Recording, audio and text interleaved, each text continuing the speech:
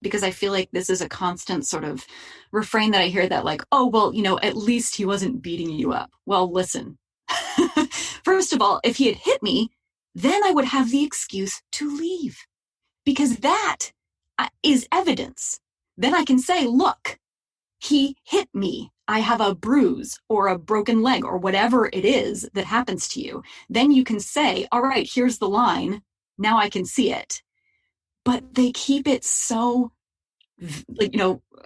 messy by just threatening violence and never actually doing it. So you live in this constant state of fear that it might happen. Sean Dustin spent time in federal and state prison for drug trafficking and fraud.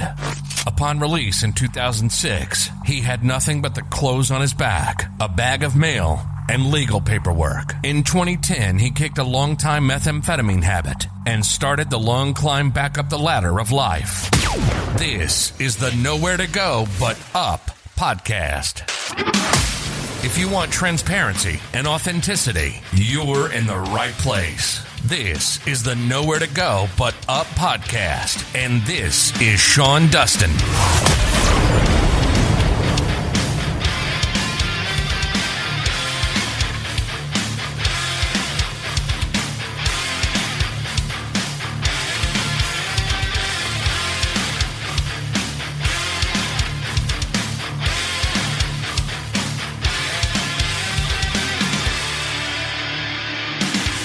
This is the Nowhere to Go But Up podcast, and I'm your host, Sean Dustin.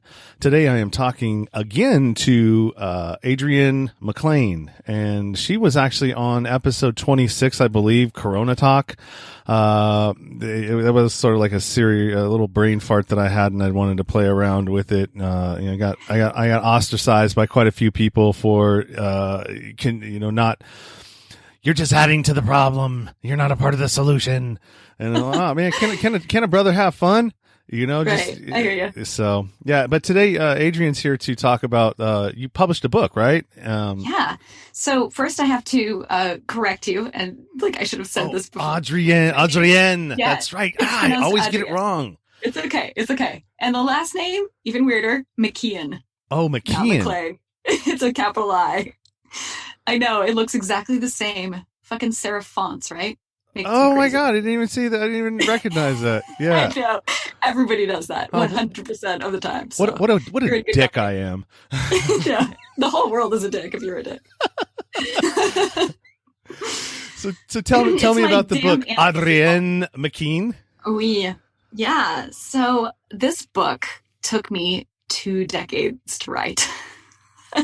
And I say that with a laugh, but also I think I need to let people know that, because everyone needs to know that some stories take time. Sometimes you just need more distance on something for it to be a story and not just a therapy, right? Sometimes things happen to us and it's hard at the time for us to understand why it's happening. That's why the subtitle of the book is Life Happens For You, Not To You. Because at the time, it feels like something's happening to you. You feel like a victim and it feels awful. And you're like, why is this happening to me? Why me? And then in the fullness of time, you look back and you go, oh, I see. I see why that happened for me. And now I'm so much stronger. And now I have this story that I can use to help other people and help other people get out of situations that they feel are impossible. Because I remember that feeling. I remember it feeling impossible to leave. And I was never going to get out of this situation. So just to give you a little bit of background, I am escapee of an abusive marriage. And the story that the book tells is actually sort of the prelude to that marriage and the marriage itself. So how I kind of ended up in that situation is the bulk of the book. And a lot of crazy things happened to me during that time. I was in West Africa, and I happened to be there during a time when a coup d'etat went down and a civil war broke out. And so I ended up in a political situation that I just had absolutely no context for, and was this very naive, 24-year-old American girl trying to navigate all this craziness. And so the relationship that I developed through that kind of craziness was really intense. And I felt like I owed this guy something at the end of all of this. He sort of saved my life in some ways. And so I felt like I kind of couldn't back out by the end of all of this. It was like we were forged in fire at this point. And so the message that I want to bring to everybody more than anything else in that book, I think, is no matter how far you've gone down a wrong road, turn back. It's okay to decide this is not working for me anymore.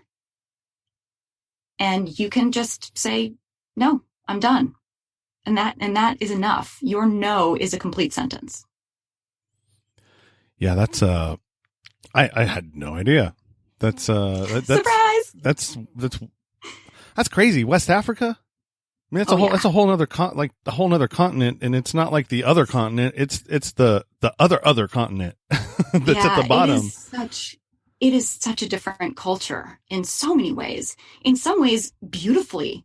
It is so much more hospitable and welcoming of strangers. I had incredible experiences. Like one time I ended up in a city where I knew no one, but then I remembered that I actually did know someone because I had met him like in a completely different country, and he handed me his business card. And so I called this guy up out of nowhere, and he came and picked me up at the train station, took me back, introduced me to his family. They made me dinner. I slept on their roof and like underneath the stars. I mean, that's just African hospitality, and it's totally normal to them. So I learned a lot from their culture, but I also learned that every culture has its upsides and its downsides. And they really, at least in the areas that I was, did not treat their women that well. Let's just put it that way. Women were absolutely second-class citizens and were expected to serve the men constantly. The men mostly kind of sat around and talked politics and drank and, had a good time. And the women did 90% of the work to kind of make life happen. And they also have just such limited lives. Like they are chaperoned basically constantly and treated like sort of the valuables of the family. Yeah. And so they don't have the same kind of independence that I had grown up with. And so it was a very strange situation to find myself in, to experience that as one of these girls, because I was living in an African household at the time and was expected to be like everybody else. Oh, you're supposed to assimilate? Yeah. And so, I mean, yes and no. Of course, I was treated a little bit differently, obviously. But at the same time, I wasn't allowed to go out by myself. I always had chaperones. I wasn't allowed to see just anybody. And as you'll see in the book, that results in me seeing a lot of people I wasn't supposed to see on the sly, because 24-year-old woman has needs, right? Yeah. Stuff's going to happen.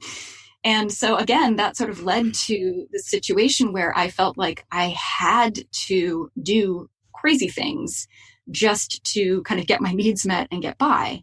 And it gave me this empathy for these women who grew up in these situations, which, I was able to get out of. But they aren't. They are stuck in those situations. These girls are often married off really early. They sometimes are, cut and there's awful, awful things that happened to women in Africa. They are married off and way too young, right? And then they're basically owned by this new family, and they can just toss them out if they don't like them anymore. I heard over and over stories of girls who, were married off too soon. And because of that, they had physical damage to them, which caused things like incontinence. And so if they are incontinent in bed and their husband kicks them out and says, you can't sleep here anymore, then they're done for. I mean, there's just no other hope for them. And that's because of damage that was done by the man That's right. because he's penetrating them at an age where they're not supposed to be penetrated. Bingo. Correct? Yeah. And so it's just the injustice of it, is awful to me. So I experienced some crazy things, but I want to just reiterate that, like, I am privileged. I am 100% privileged.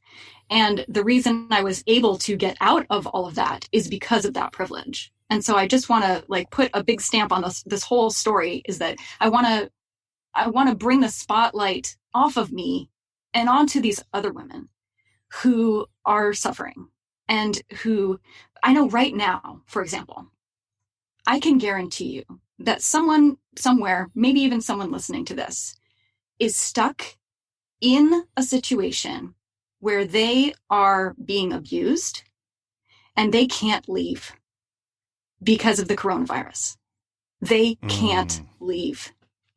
They don't have anywhere else to go. They don't have any other support system right now, because all of the usual places that they can go to, get some relief and release and, just hide for a little bit, are not available to them right now.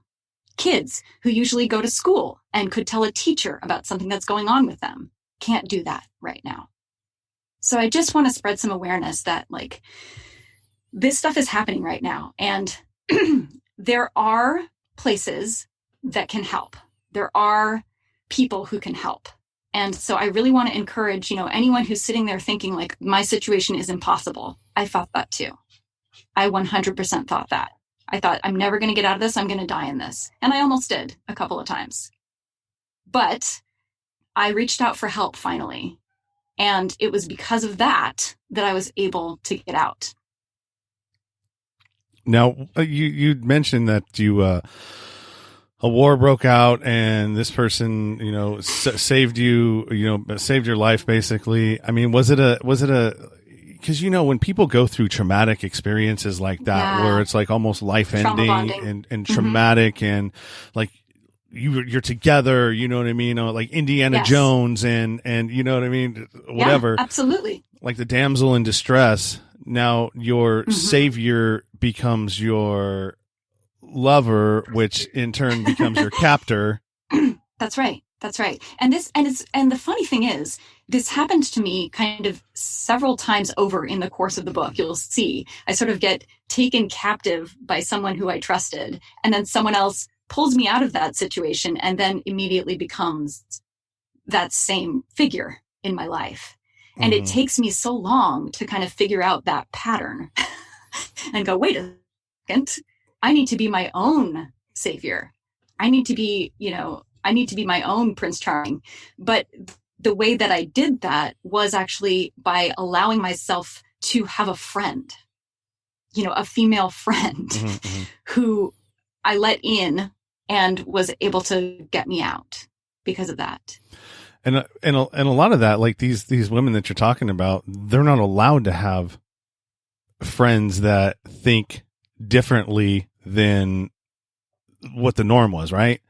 Like they would be deemed like off limits. You can't talk to them, or else there'll be consequences. Because obviously the men would know, and we know this. We know this as men today too in America. Oh yeah. Like we don't. Oh, if you're one of those controlling guys, jealous types, controlling, manipulative. Who gives your significant other bad ideas. You know what I mean? And when I mean by bad ideas, it's ideas that go against the grain of what you're trying to accomplish. Absolutely. So I'll give you one little anecdote from the book. So I was with the man who later became my husband and his best friend.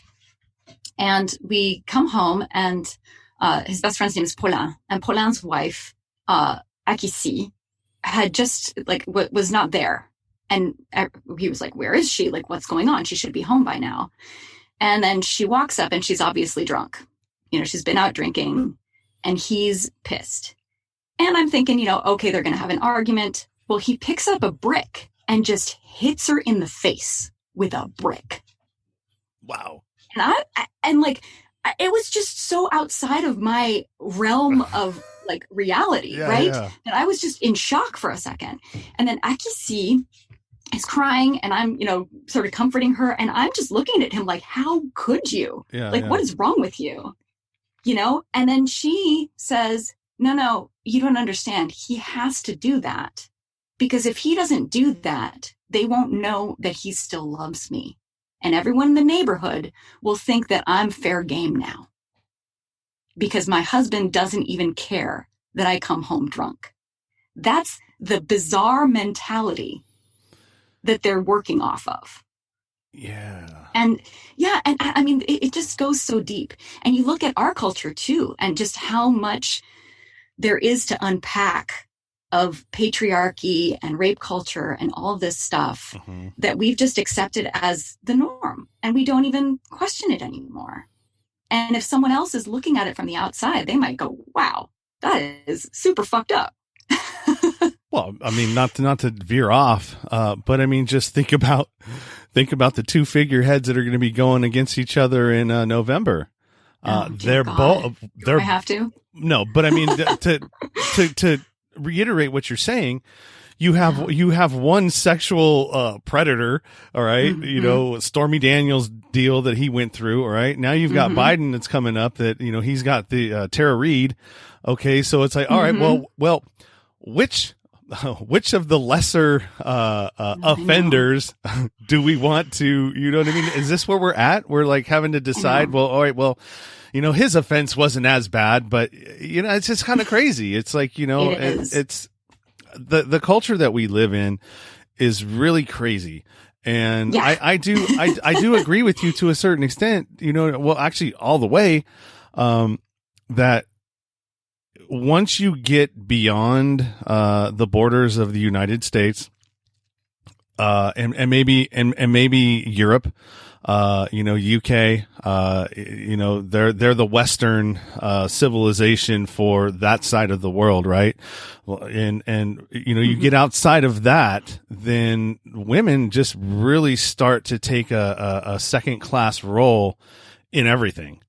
You know what I mean? And I could see, okay, well, I need to make a statement, but I mean, the statement that you're making, by smashing somebody in the face with a brick is that you mean that little to me that I can actually do that, because somebody that I cared about, there's no way I would want to hit you with a brick. Right. You know what I mean? And damage your face, especially, you know what I mean? It's like your most prized possession that we have is our faces, right? Mm-hmm. And it's just like, I know. And that's crazy. And here's the thing. Later, my mother was married to this guy, and he threw a mug of hot coffee at her face and split open her chin, and she was bleeding. And it, brought up all of this stuff for me. Of course. And it was amazing to me how I suddenly realized, oh my God, like, no wonder I ended up in this situation. Like, look at the model that I had here. And it's this generational trauma, that we pass on and pass on and pass on. And now that I have a daughter, I feel like I've become so much more picky and aware of how I allow myself to be treated, because I don't want to set that example for her. I don't want her to see me being disrespected and me accepting that ever. Yeah. Yeah. No, that you make a great point. Yeah. And you didn't know this about me prior, but I'm an ex-abuser, right? Not like a physical, like I never beat the shit out of any of my relationships or people that I was involved with. But I mean, I gotta say that probably emotional, mental, and, verbal abuse is actually worse. Cause you slap somebody, that goes away. You know what I mean? Ouch, a bruise, whatever. And I'm not condoning that. That is not right. Don't say that, oh, well, if you're going to have to make a choice of how you're going to abuse somebody, then you might as well just hit them. You know what I mean? No, just don't abuse them, period. That's the right answer here. But words hurt way more than than physical pain, right? Because those go in your ears and then they start to, move around in your head and you start believing that shit.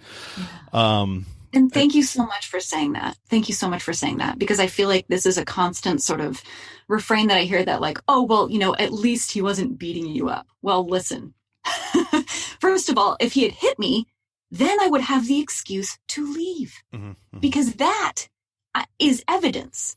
Then I can say, look, he hit me. I have a bruise or a broken leg or whatever it is that happens to you. Then you can say, all right, here's the line. Now I can see it. Yeah. But they keep it so, messy by just threatening violence and never actually doing it. So you live in this constant state of fear that it might happen. Yeah. Or what's it going to be today that's going to set him off? Yeah. You know what I mean? And so you're living, but are you really living? Yeah. And all the gaslighting. I mean, it literally makes you crazy. I actually had this wonderful conversation with my sister a couple of days ago. She read the book, couldn't put it down, and was like, up all night reading it. And she called me the next morning and was like, oh my God, why didn't I know? Like, why didn't I see it? Why am I such an idiot? And I said, listen, I didn't even know. He had me so upside down that I thought everything that was happening was my fault. I actually believed that. I had caused all of this. I deserved all of this. I didn't think that I was being abused. I thought I was creating a situation where he had to treat me this way because I was so awful. Yeah. That he had me convinced. And so, of course, I wasn't going to tell anybody what was going on because it was my fault, and that made me look terrible. And it's embarrassing. It's embarrassing when you let yourself. Yes. Because you never think of yourself in that way, right? Like, of course not. You watch movies, right? Like, so here's a perfect example of. Me and my ex would be watching a movie, right? And this very thing that happens in our own home is being played out on a screen right in front of us. And I'm thinking to myself, like,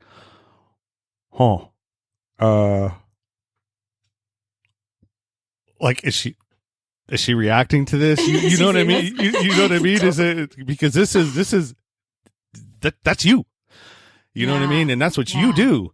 And it's like the guilt starts to come in, and then I'm like, oh my God, is she gonna, like, I wonder if she thinks, like, you know what I mean? Oh, this is the situation that I'm in.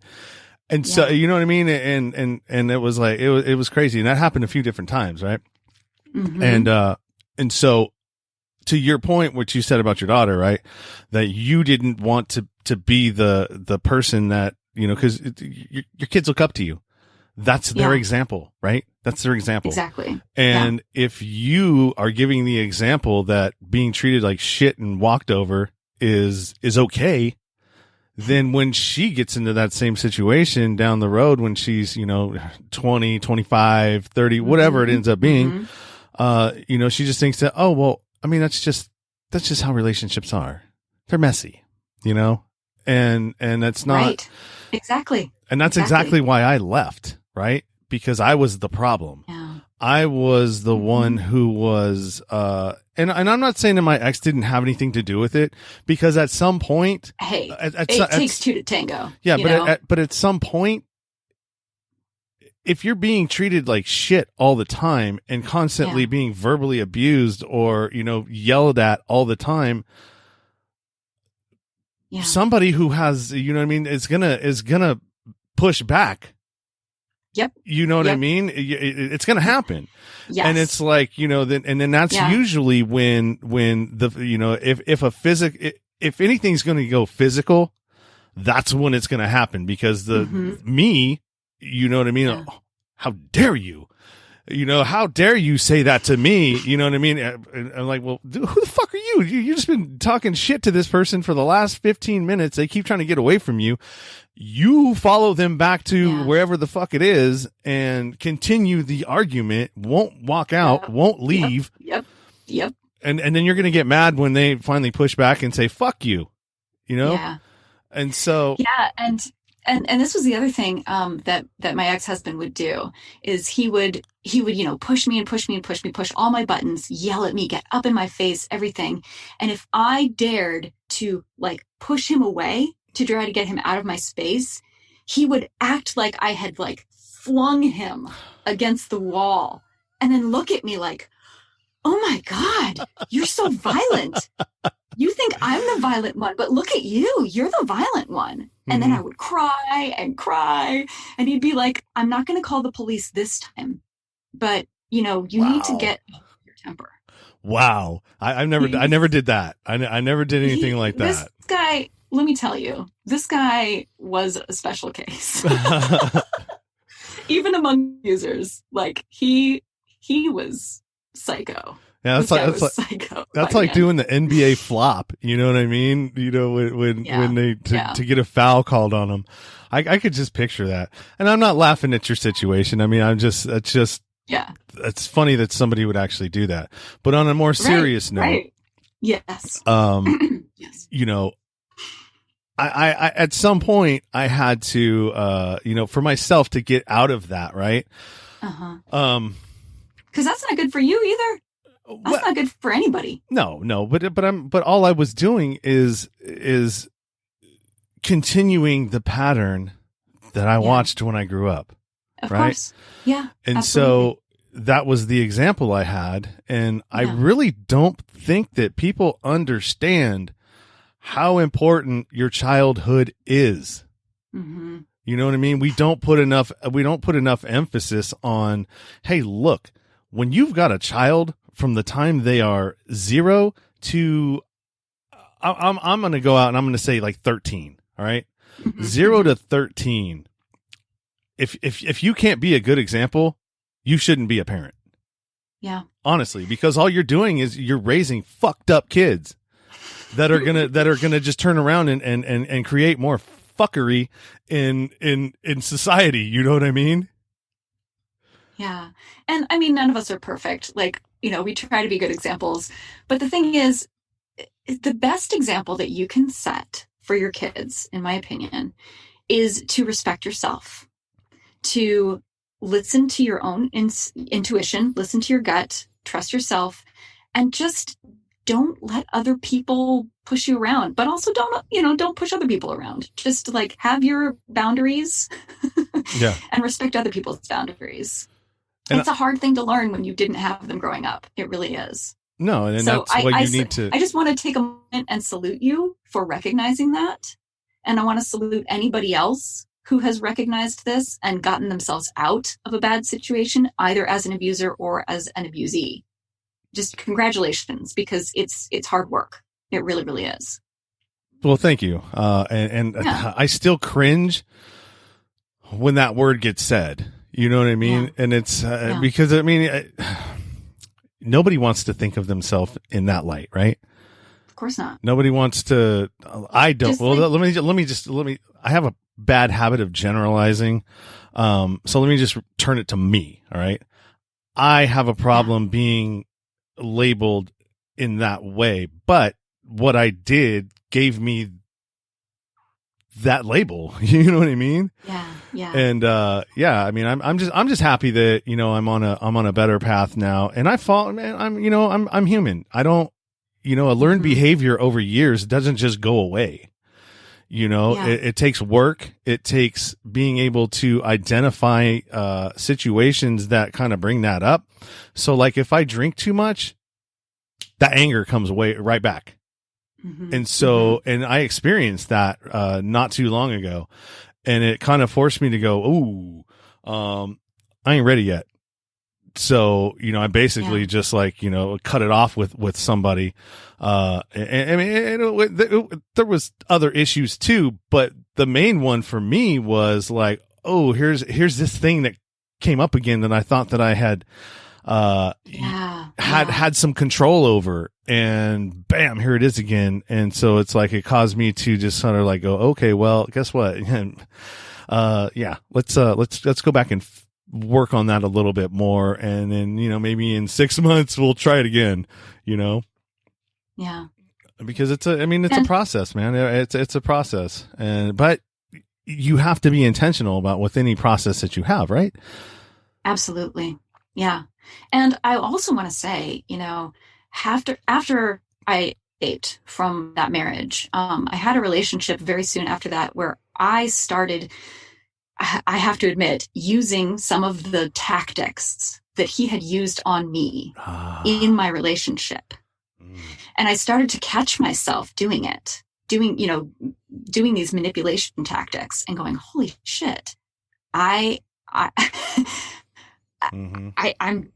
turning into him. And so I had to, really work on that. I got a therapist, and I really did some inner work on that, because I saw that immediately and went, whoa, no, not acceptable. But it makes sense when you're in a situation where you feel powerless and the other person seems to have all the power. What are you going to do? You're going to figure out, how did they get all that power? Yeah. I'm going to do that now to try to get some power back. And it doesn't work, and it doesn't feel good, just so you know. But it makes sense. It makes sense that that's what people do. They perpetuate that cycle in that way. Yeah, I even would question myself. I'm like, dude, am I a sociopath? Am I, you know what I mean? Because I knew I was a criminal at one point, and not to the point where like a sociopathic criminal, but it was like, it really had me questioning, like who am I? What am I capable of? Yeah. And I think the only thing that saved me is the fact that I had empathy still. So that was the saving grace between being a complete narcissist, 100%, and a complete sociopath, 100%, which would have probably taken me down another road, in life, and, maybe my freedom forever. It just, the fact, like, every time when I would do something, I would just feel horrible about it. You know what I mean? It's like, damn. Yeah. Did you Here we go ever, again. And I'm going to probe a little bit here. Did you ever get a sort of sadistic thrill off of it, off of their pain? No, but there would be just like things that would happen, like just, I don't know. I was kind of cruel in certain ways. Like when, like if I knew that she was scared, then I would just sort of like mock her.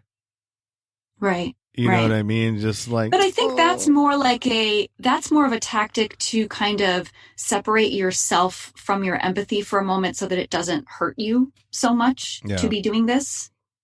I think there's a difference between sadism and like self-protection. Yeah. Do you see what I'm saying? Yeah. I didn't get joy out of it at all. For me, it was like, I was a manipulative person from a very young age. And so, like, I would find different ways to bend you to my will. You know what I mean? And so it was like, all right, well, I'm not going to beat you up because I will go to jail for that. But I'm going to do everything in my power that I have within my arsenal, all right, of manipulation, bullying, whatever it is, to bend you to what I need you to do for me. Yes. But I think you said an interesting word there, joy. I don't think it brings anyone joy to do these things. I think what it does is it brings them a moment of relief from their own pain to cause someone else pain, because it gives them that feeling of control. Yeah. You know what? You probably got a very good point. Hurt people, right? Yeah, absolutely. I don't mean to sound cliche, but I mean, it's the bottom line. It's the truth. It's the same thing, the same way that, people that were molested as children turn into molesters as adults, right? That's right. And I know, especially having seen the culture that I grew up in, I understand my ex-husband. I understand him. And this is going to sound weird. I don't blame him. I will never have him back in my life again. I will protect myself from him, of course, indefinitely.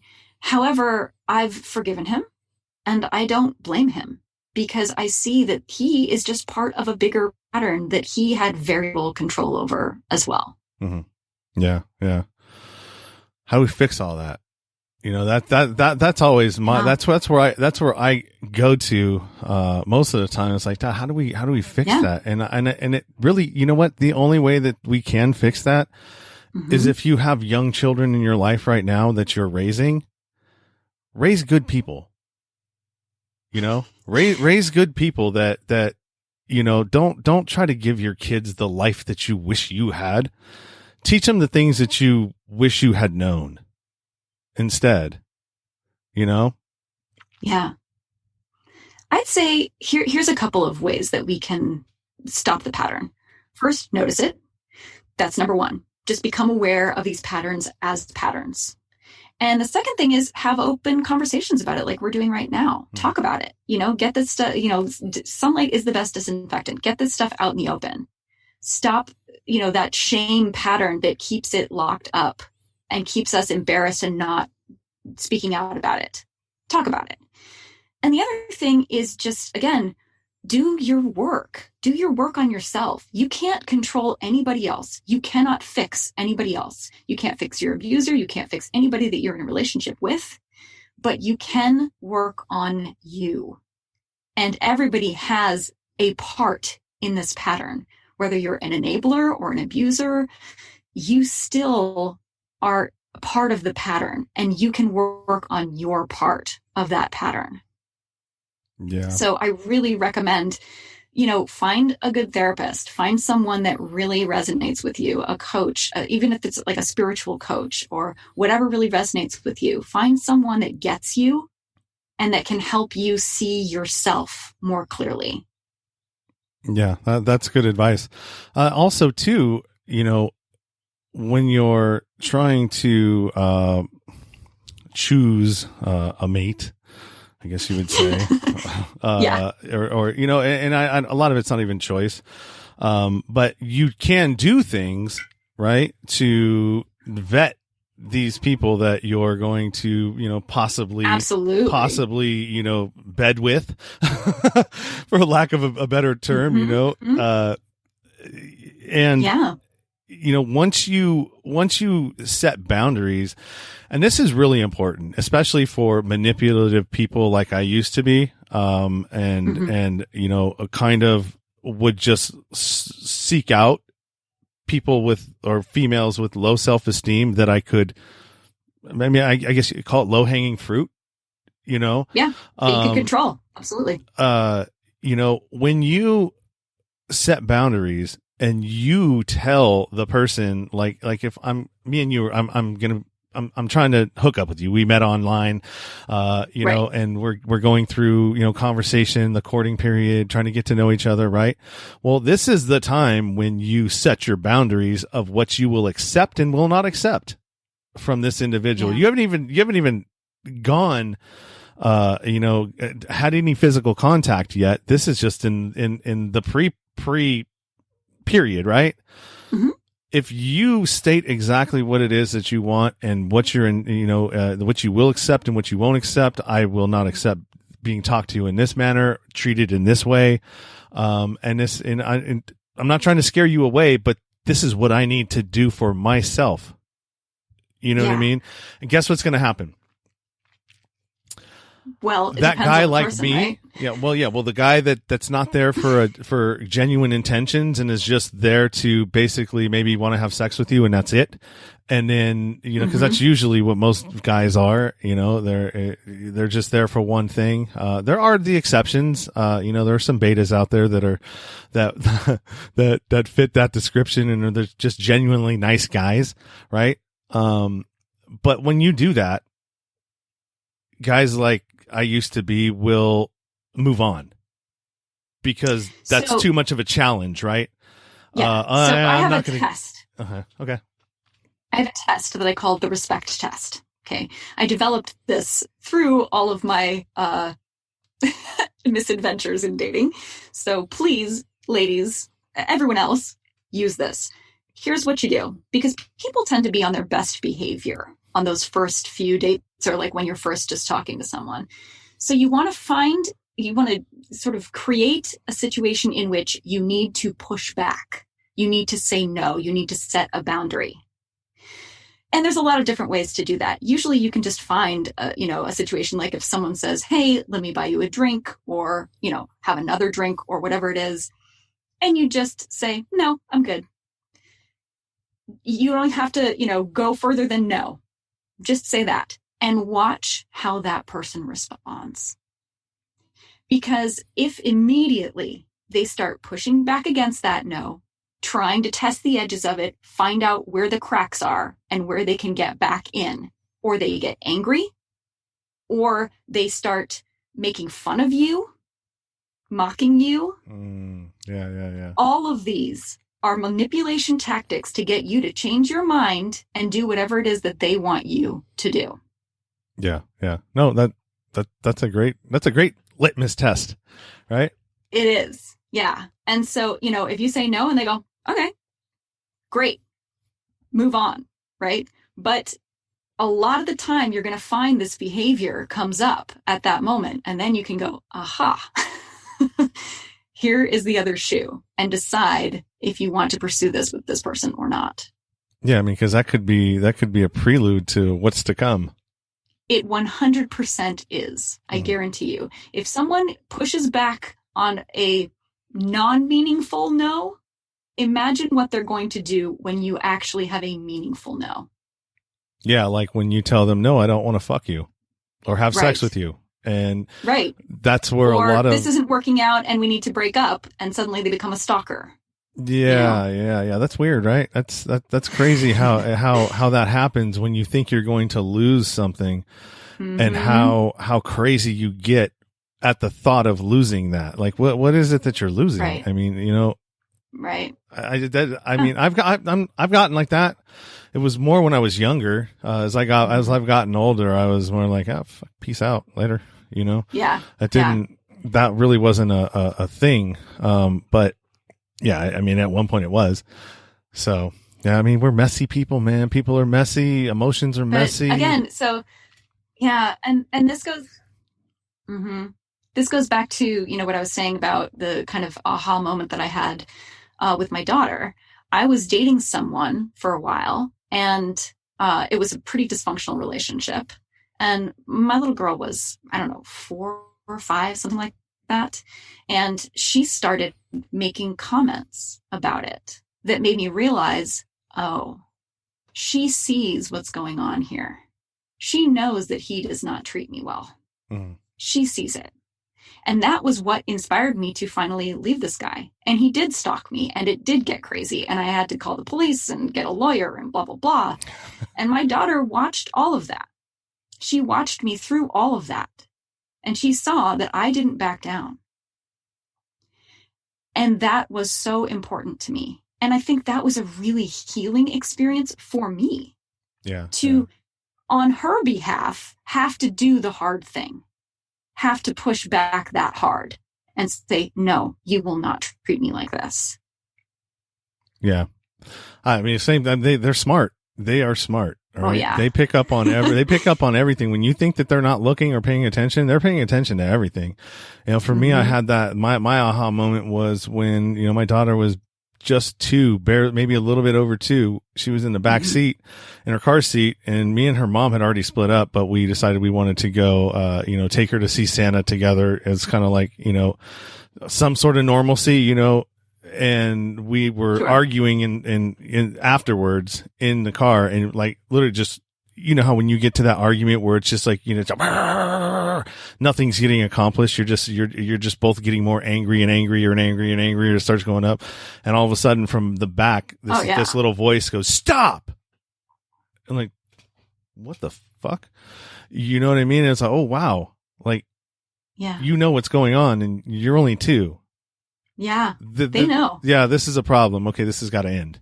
And then that was it for me. I was like, no, it's over. It's done. Yeah. Good. So Good for you.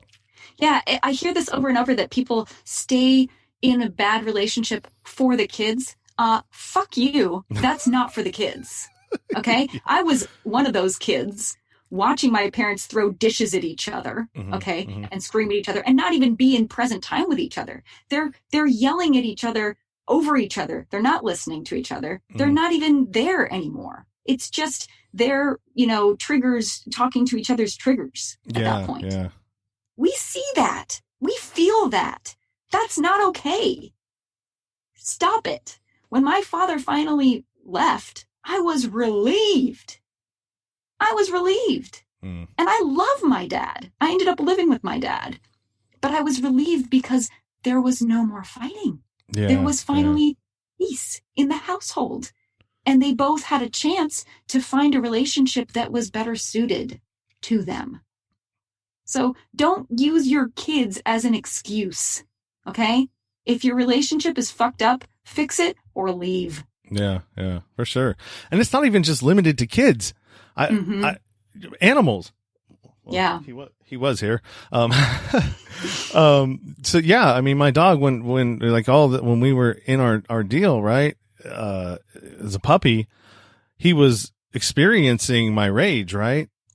And so he would just immediately dart, right? And so now he's 4 years old, and when my octaves start getting higher, he runs and hides. Yeah. And so that's like I traumatized my beautiful little dog, you know what I mean? And so it's like, So I mean, it's in hindsight's 2020, and it's great that I'm able to see and recognize that. Look, that it's really hard to understand what you do when you don't see what the damage actually is. Yeah, big time. And so I think it's great for me to be able to see things that later on that have happened and the reasons why, and it solidifies my that I made the right choice and that I'm doing the right thing, and it's about trying to be a better person at the end of the day for everybody, not just for my family, but for everybody who comes in contact with me. Yeah. Good for you. And good for you. Thank you. Thank you. You're welcome. Let's pat ourselves on the back. Yeah, right up. Yep. Good, Yes. Good job, kids. Good job, kids. So anyways, we're ran out of time here. Why don't you go ahead and plug all of your places, spaces, and where people can find you, find the book, and then also it'll be on the show notes as well. But voice it anyways, because you are a voice actress too. Absolutely. So you can find me at That's Allowed, and that's spelled ALOUD.com. You can find my podcast, That's Allowed, on all the podcast places. And you can find my book called Melting Ivory, available on Amazon, Kindle, and in paperback. And that will be available on the show notes as well. All the links and all the places and all the spaces, as well as my own. Hurrah! All right. Well, Adrienne. Oui. I appreciate your Merci. I appreciate your honesty, your candor, and your conversation. Always a pleasure. Yeah, it's about healing, right? Yeah. And if you want to come on my podcast and talk a little bit more about that story that you haven't been telling, I'd love to have you. Yeah, I talk about a lot of stuff, but I'm pretty open about and transparent. Like if you listen to any of my shows, I'm transparent as hell about my life and the things that I've caused and the pain that I've caused others, and and the redemption that I'm trying to build here by allowing other people to hear those stories and realize, like, hey, if you're one of these guys out there that's doing the shit that I was doing, stop. Stop. Yeah. Look at yourself, figure out why you're doing that. You know what I mean? Look back to your past. Try to dissect your past a little bit and figure out where it's coming from, because you're not helping anybody, and you're definitely not helping yourself. You want to be happy. It starts with you. Yeah. I think men need to hold men accountable a lot more than they do. So Thank you for that. You're welcome. Just trying to be me. Indeed. All right, Adrienne, I really appreciate it. Got to run. Send me the email with all your information, a picture. Oh, I already have a picture of you. So, send me all your info, the links actually to the book and all that stuff. And then, we'll go from there. And I will definitely be on your show. Fantastic. All right. Okay. Bye. Cheers. Bye. You've been listening to the Nowhere to Go But Up podcast. Sean is a single dad, a union blue-collar guy, and he spent time in federal and state prison for drug trafficking and fraud. When he was released from prison in 2006, all he had was the clothes on his back, a bag of mail, and some paperwork. Since then, he's turned his life around and shares the struggles and successes on this podcast. We hope you enjoyed the show, and we hope you were moved. To connect to the show, book a guest spot. For merch, Patreon, PayPal, and social media links, go to linktr.ee/nowhere to go but up. On Instagram at Nowhere to Go But Up Now. On Twitter at But Up Now. On the YouTube channel at Nowhere to Go But Up Podcast. See you next time.